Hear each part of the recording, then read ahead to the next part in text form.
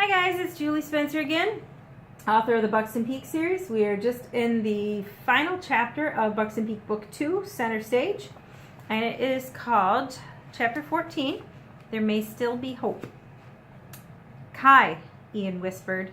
Kai jumped as if someone had poked him. His swollen eyes could barely focus as Ian and Ed stood over him. Sorry to wake you up, mate. Rhonda okay?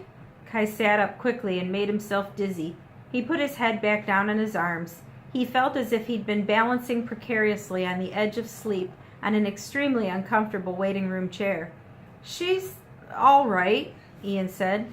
The doctor just told me that she may need another blood transfusion and she has yet to wake up, but they're hopeful. You need to come home, pal. Get some serious rest. I don't want to leave Rhonda, Kai said. I told her I'd be here. You're not going to be any good for her if you get yourself sick because you're not taking care of you, Ian reasoned with him. Now come on. Ed and I need to talk to you about something, so I need you to sit up. What? Kai blinked. He felt as if he'd aged 10 years in 3 days' time. We want to give Rhonda a priesthood blessing. Ian crouched down next to Kai so he was at eye level. Ed stood beside Ian in his white shirt and tie. She's not a member of your church. Kai felt confused. I don't know if she would want that. She wouldn't want her friends praying for her, Ian pleaded, asking God's blessings and healing power? I don't believe in God. Kai shook his head at his longtime friend. I don't think she does either. Well, then I'll just believe enough for both of you. Ian got down on his knees right in front of Kai. They'd been friends for so long he couldn't remember a time in his life when Ian hadn't been there. Do you believe in me, Kai, as your best friend? Yeah, mate. Ian lowered his voice. I believe in you. If there is a God, Ian said, do you think he would listen to me? Kai looked away, shaking his head slightly. He took a deep breath, and when he looked back at Ian, he nodded in agreement. If he'd listen to anybody, it would be you, Ian. Then let me talk to him, okay? There was no way Kai could fight Ian's line of reasoning. You know I would never do anything to hurt you or Rhonda. Okay. Kai finally nodded his head in agreement. Ian and Ed helped Kai to his feet and walked with him between them. Kai felt Ian and Ed half carry him toward the door of the intensive care unit and asked to be admitted. Because they were offering temporary ministering services to a patient, the staff let them briefly enter Rhonda's little room.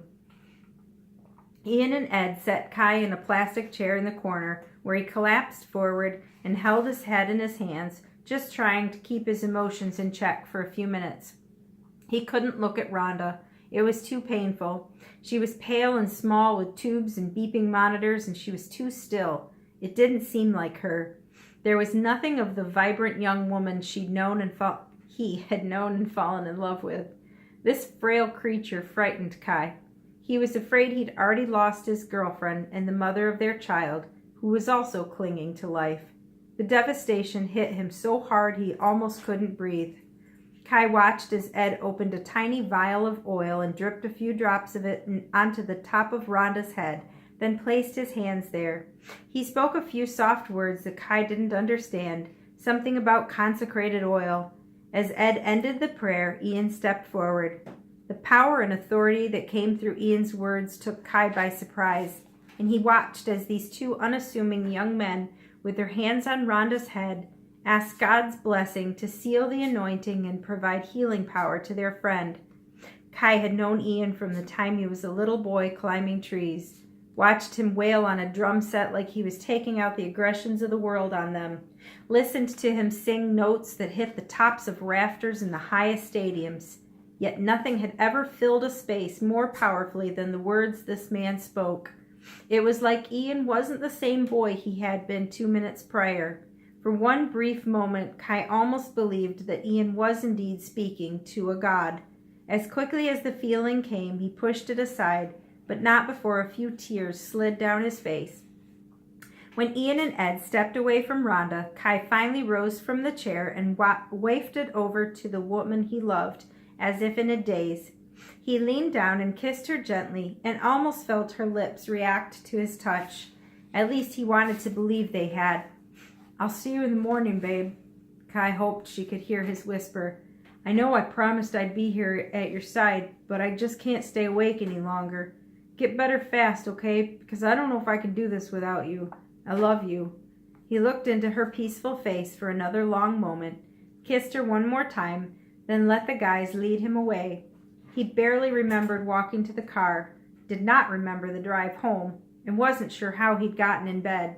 But he was there now and allowed himself to drift into a welcome oblivion away from the fear and horror of the past 3 days. "I want to go to Lansing," Rhonda whispered. "I want to see our baby. Soon, I promise." Kai leaned over and kissed her forehead, just thankful she was alert enough to ask about baby Sean. "Your mom says she's beautiful, and Megan promised they'll bring lots of pictures when they come back tomorrow." "How long have I been here?" "Only 4 days," Kai assured her. "Doc says if you keep making such good progress, it'll only be a few more days that you can come home." "People don't stay in the hospital this long to have a baby, Kai. What really happened?" "There were just a lot of complications, babe." Kai smiled softly. "But you're on the mend now, and that's all that matters. Now get some rest, okay? Your eyes look like they're half closed." "Okay." Rhonda forced her eyes open one more time to look into his. "I love you, Kai." "I love you too, Rhonda." Kai leaned forward and kissed her lips very gently before she closed her eyes again and rested. He held her hand until her breathing was even, then he carefully released it and snuck from the room to go home and get another full night's sleep. "Look at this." Megan pointed to the photo. Kai leaned closer over Rhonda's shoulder to see better. "Your mom got to put her hand into the isolette and baby Sean grabbed right onto her finger. It was so cute." "He's so small." Rhonda's eyes were wide and frightened. "How can he be so small?" "Oh, well, he's gaining weight quite well." Megan pulled her phone back and scrolled through photos, obviously trying to stay upbeat for Rhonda's sake. "They say he's having an easier time breathing. Sort of." "Megan," Rhonda looked up at her best friend, her forehead creasing and eyes shining. "Is he going to be okay?" "Rhonda." Ian leaned over and grabbed Rhonda's hand. "I don't always remember the words I say to someone when I give them a priesthood blessing, but I usually remember the way I feel at the time. What I felt very strongly was that baby Sean is surrounded by angels and that he's going to be just fine." "Truly?" Rhonda looked over at Ian, tears filled her eyes. "Did you really feel that way?" "I promise," Ian whispered, then stood up and kissed her on her forehead. "You're both going to be just fine." Kai choked back a sob and had to look away. He may not admit to praying, but he started to feel hope. From a mile down the road, Megan could see the backyard and Ian sitting out there again, playing his guitar and staring out into the cornfield. What could possibly be inspiring about a cornfield? Relaxing, maybe? But enough to help him write music? Probably not. This was not a good environment for him, but she wasn't sure what she could do to help. She knew they couldn't make any major life changes as long as the baby was still in the hospital, but Megan sensed that it wasn't far off. They couldn't stay in rural Michigan forever, and it was time to address the situation. As Megan pulled in the driveway, Ian put on a smile, although she could tell it was forced. He loved her and wanted to be with her and was happy being married to her, but he wasn't happy with the rest of his life, and she knew it. She didn't bother walking into the house, just made her way around back and came to sit next to him on the long wooden seat of the picnic table. "Any improvements?" Ian leaned over and gave her a light kiss to say hello. "Actually, yes. Baby Sean got one of his IVs out today, and Rhonda got to hold him for a long time. They must be frustrated, but I think they're just thankful he's alive and relatively healthy." "I think we all are," Ian's sincerity showed. "I've been praying a lot." "Me too, babe." Megan took a deep breath, pulling into her lungs the familiar late summer scent of soil and harvest. She shifted her eyes away and postponed the inevitable conversation a moment more. "They're settled into the hotel room for now, so at least they're close to the hospital. Rhonda's mom has been such a huge help. What a blessing that she lives so close. They've decided they're going to live with her for a little while after Sean gets released so Rhonda can continue to heal." "How's Rhonda feeling?" He increased his eyebrows. Not too bad for just having had major surgery, 2 blood transfusions, and the emotional trauma of having her baby born 2 months early, Megan chuckled. But it's coming up on what, 4 weeks? She's gained some color back and looks stronger. That's good. Ian relaxed and smiled a little. That reminded Megan of her original concern. How are you doing? Me? I'm fine. Ian's innocent defensive tone was not lost on her. He shifted his guitar slightly and fiddled with the strap. It's not my baby in the NICU holding on to life. It's Kai we should be worried about, not me. Megan raised her eyebrows at him. She looked down at the pad of paper and pen sitting beside him, knowing there wasn't anything written there. He carried it around, in and out of the house each day as if he was suddenly going to have some inspiration, but she hadn't seen anything written on it at all. He was holding out the pretense he was writing. He wasn't. You're not fooling me, Ian. His sheepish expression said it all. You're not happy here. I'm happy with you. Ian reached over and took her hand. I love you. I love being married to you. I love seeing you every day and every night. I love being married to you too. Megan looked down at their intertwined hands, then lifted her gaze to him, straight in the eyes. But is it enough? What about your music? What about your career? What are you planning to do with the rest of your life? Ian looked back out at the cornfield. Playing music's all I've ever wanted to do. It's all I know how to do. You knew it a long time ago you would have a hard time settling down, Megan reminded him. It's okay. We'll make it through this just like we'll make it through a lot of other challenges in life. Compared to what some people go through, this is nothing. And it's only going to be for a short period of time, okay? You're right. Ian took a deep breath and looked back over at Megan. I feel lost without my band. I need to practice with them and perform with them. I belong on stage regularly, either performing or preparing to perform. It's part of who I am. I know we're in a bit of a holding pattern right now. Megan shook her head just slightly. But we made the choice to stay here when we made the decision to stay near Rhonda and Kai until after the baby came along. None of us could have predicted the challenges that would create. I'm not sorry, though. Me neither. Ian nodded, reaffirming his commitment. They need us right now. And apparently this cornfield needs me to keep an eye on it while it grows. Well, Megan winked at him, you are doing a great job keeping an eye on it. As if to prove the point, a slight breeze drifted through the stalks, hinting of cooler weather to come. You know, Ian said, the sun is going down soon, and I think these corn stalks will need me to stop making so much noise with my guitar so they can close their little ears and go to sleep. I think you're probably right. Megan leaned over and offered him a kiss. Maybe we should go put that guitar away so they can get some rest. Maybe it's time you and I got some rest as well. Rest wasn't really what I had in mind, but if that's all you want... Woman, Ian scolded her, you should not be talking that way when little ears are listening. Well then, you better take me inside.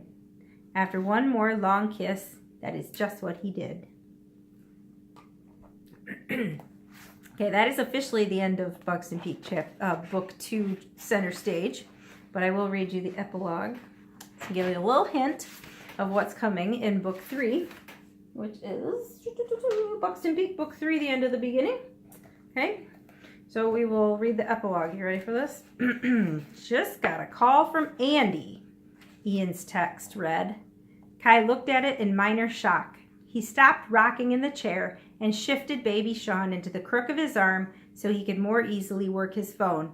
It had been 2 weeks since they left the hospital and gone to live with Rhonda's mom, and Kai was getting more comfortable adjusting to a newborn. What did he say? Kai typed back. They hadn't heard from Andy in 7 months. They weren't even sure what country he was in or whether he was alive. He wants us to come to church with him, Ian responded. If Kai had been surprised before, he was now confused as well. Andy at church? The two didn't fit in the same sentence. Another text came through before Kai could gather his thoughts together. After he got out of rehab, he met a girl in London, an American tourist, and followed her back to Nashville. She dragged him to church with her, and he met a guy named Nathaniel. He wants us to come meet him. I don't understand, Kai said. Nathaniel plays drums in a Christian rock band, and apparently he's phenomenal, Ian wrote. How soon do we leave? Kai asked. And that's the end of book 2. So I have a little snippet of information that most people won't know, but I have already started writing a book that I have named Buxton Peak London Bridges, which actually takes place kind of in between these 2 books, and it is the story of Gary and Andy while they are in London. So it takes place at the end of Buxton Peak Book 2, in that section of time when Rhonda and Kai are having their baby.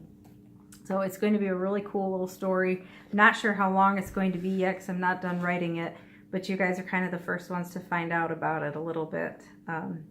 It's also where Andy meets Vanessa, who you will meet in the next book, in book 3. While he's in London, she is a tourist from Nashville. So Andy meeting Vanessa changes the course of the whole band because he follows her back to Nashville, and that is where most of Buxton Peak Book 3 takes place. So as soon as I get a few minutes, I will sit down and record Book 3 for you, and then eventually I will record Buxton Peak The Early Years for you. This is the prequel to the series, and it is probably one of my favorite books that I've ever written. So I can't wait to share that with you, and I hope that you liked the series, Buxton Peak Book 2, and that you will like it, give it a thumbs up, and share it on social media, and I'll see you in a few days or weeks when I share Buxton Peak Book 3. Thanks for listening.